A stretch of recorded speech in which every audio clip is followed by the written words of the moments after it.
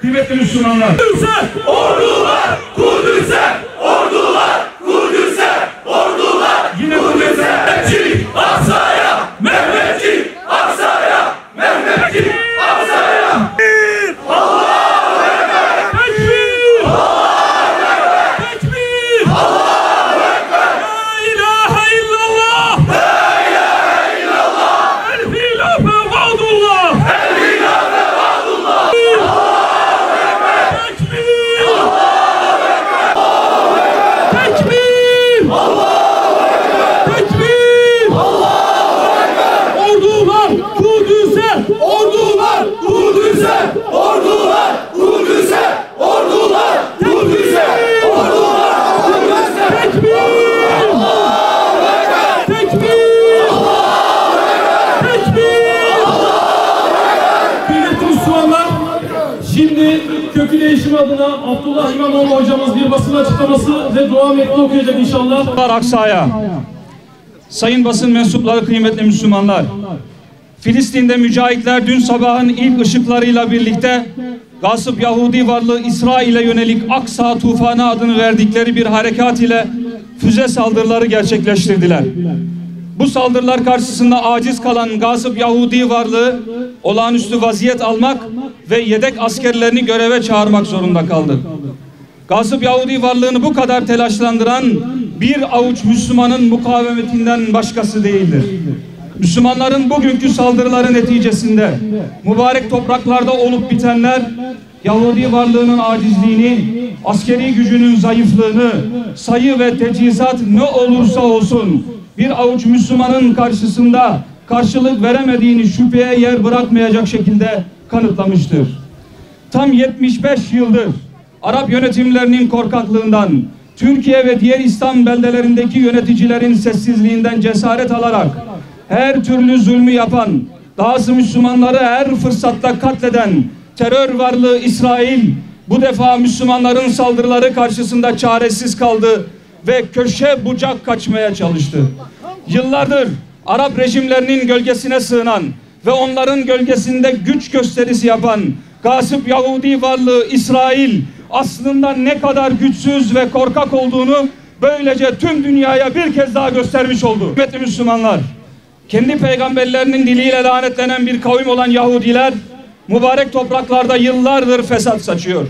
Mescid-i Aksa'yı kirletiyor ve Filistinli kardeşlerimizi katlediyorlar. Bütün bunları yaparken de çevresindeki işbirlikçi ve kiralık rejimlere güveniyorlar. Eğer ki bu rejimlerin ihaneti, alçaklığı ve zilleti olmamış olsaydı Yahudiler kutsal Mescid-i Aksa'da asla taşkınlık yapamazlardı.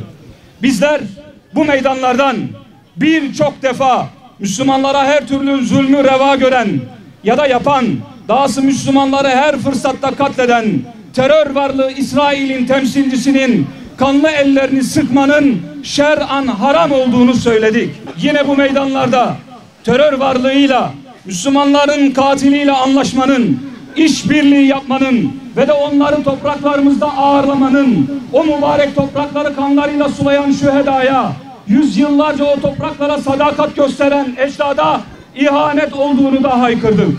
Evet, elde edilecek birkaç dünyalık menfaat uğrunda Allah'ın etrafını mübarek kıldığı Mescid-i Aksa topraklarından vazgeçmek Allah'a, Resulüne ve İslam'a, müminlere ihanettir. Yine bizler Kudüs ve Mescid-i Aksa'nın kınama mesajları ile İslam Konferansı Örgütü'nün kınama içerikli sonuç bildirgeleriyle kurtulmayacağını, Birleşmiş Milletler kararına atıf yapmakla asla bu zulmün sona ermeyeceğini de haykırdık. Allah, melekleri ve müminler şahittir ki bu meydanlardan iki devletli çözümün Amerika'nın şer'i bir planı olduğunu da deşifre ettik. Elhamdülillah. Bütün bunları haykırdığımız gibi esasi çözümü de ortaya koyduk. Kudüs'ün ve Mescid-i Aksa'nın ancak orduları harekete geçirerek gasp Yahudi varlığından temizlenebileceğini de söyledik. Kıymetli Müslümanlar, evet bizler söz konusu Mescid-i Aksa ve değerlerimiz olduğunda her daim rüştümüzü ispat ettik. Elhamdülillah. Yöneticiler gibi Mescid-i Aksa kırmızı çizgimizdir diyerek gasp Yahudi varlığının temsilcilerinin kanlı ellerini sıkmadık. Zulme alkış tutanlardan olmadık. Reel politiğe değerlerimizi kurban vermedik. Kısacası Mescid-i Aksa'ya asla ama asla ihanet etmedik elhamdülillah. Mescid-i Aksa'ya sahip çıkmasalar da bizler sahip çıkmaktan asla vazgeçmedik. Bugün gasp Yahudi varlığının işgal ettiği topraklar bizim, yani İslam ümmetinindir. Ve bizler topraklarımızla alakalı yapılan hiçbir zillet anlaşmasını, topraklarımızı gasp eden kafirlere şirin görünmek adına yapılan hiçbir görüşmeyi tanımadık ve tanımıyoruz. Bizler ne pahasına olursa olsun Mescid-i Aksa'dan vazgeçmeyecek olan İslam ümmetiyiz.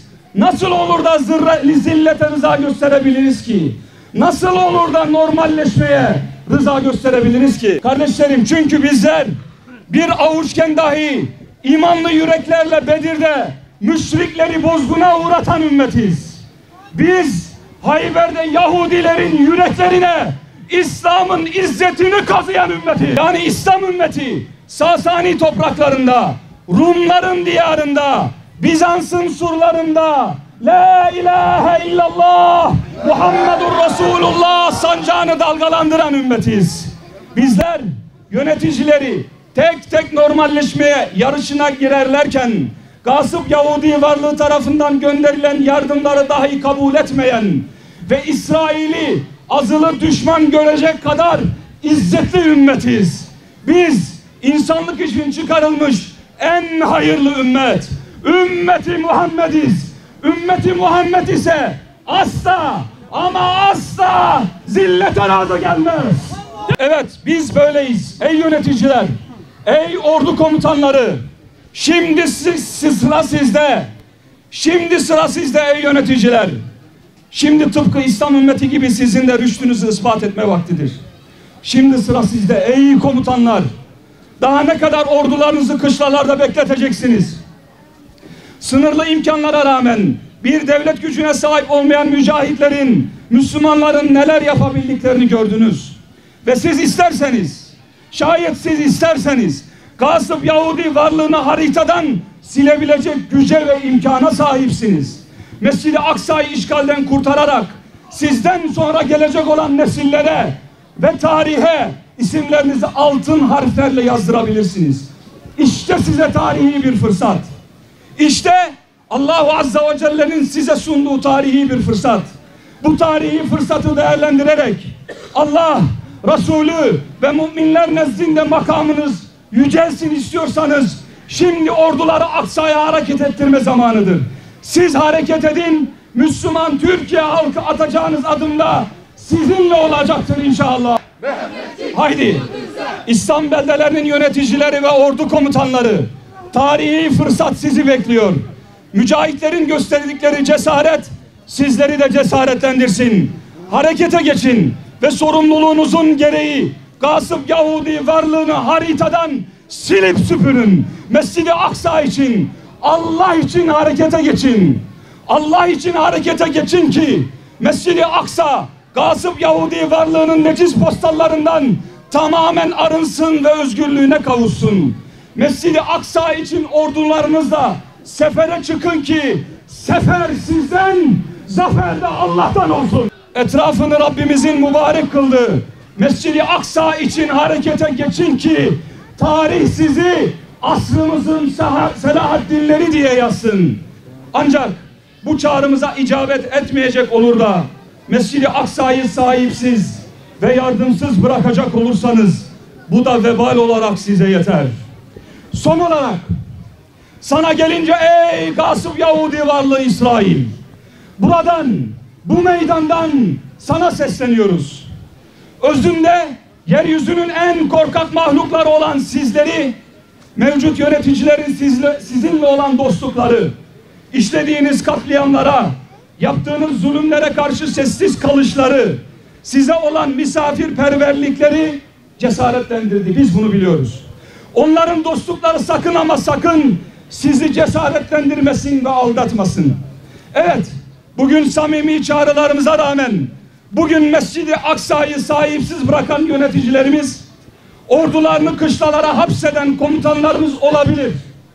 Ancak Allah'ın vaadi ve Resulün müjdesi olan Raşid-i Hilafet Devleti ikame edildiğinde izzeti sömürgeci kafirlerin yanı başında değil, sadece Allah katında arayan liderlerimiz olacak Allah'ın inayetiyle.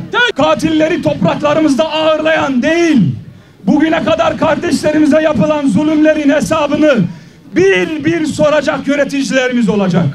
Kışlalara hapsedilmiş değil, gasp edilmiş topraklarımızın, özellikle de Mescid-i Aksa'yı işgalden kurtarmak için hareket eden ordularımız olacak.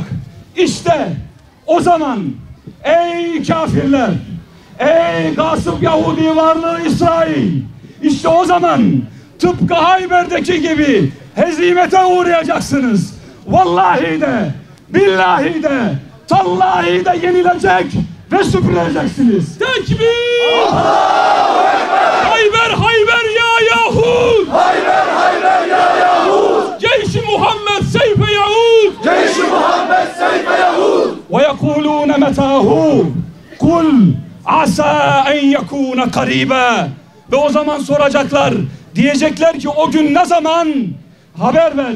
De ki o gün pek yakındır. Son olarak mübarek topraklar için ellerimizi semaya kaldırıyoruz. Ümmeti Muhammed, muazzez Müslümanlar, ellerimizi semaya kaldırıyoruz ve amin diyoruz. Azim olan Allah'a yalvarıyoruz. Ya Rabbel Alemin, Müslüman kardeşlerimiz için senden yardım diliyoruz. Amin. Sen dualarımıza icabet et Allah'ım. Öncelikle Filistin'de, sonra da sahil beldelerimizdeki kardeşlerimize yardım et ya Rabbi. Amin. İlk kıblemiz olan Mescid-i Aksa topraklarında kan döken Yahudileri sana havale ediyoruz. Katılımlarınız için hepinizden Allah razı olsun. Buraya gelerek bir duruş sergilediniz. Ancak hem 75 yıldır işgal altında, 17 yıldır abluka altında, burada bizleri sevindiren, izzetle, şerefle direnen Filistin halkının yanında olmanın, Hüdapar'ın İsrail Komutevi önünde Seymenler Parkı yanında bir programı var. Tüm kardeşlerimizi oradaki programa da iştirake davet ediyoruz.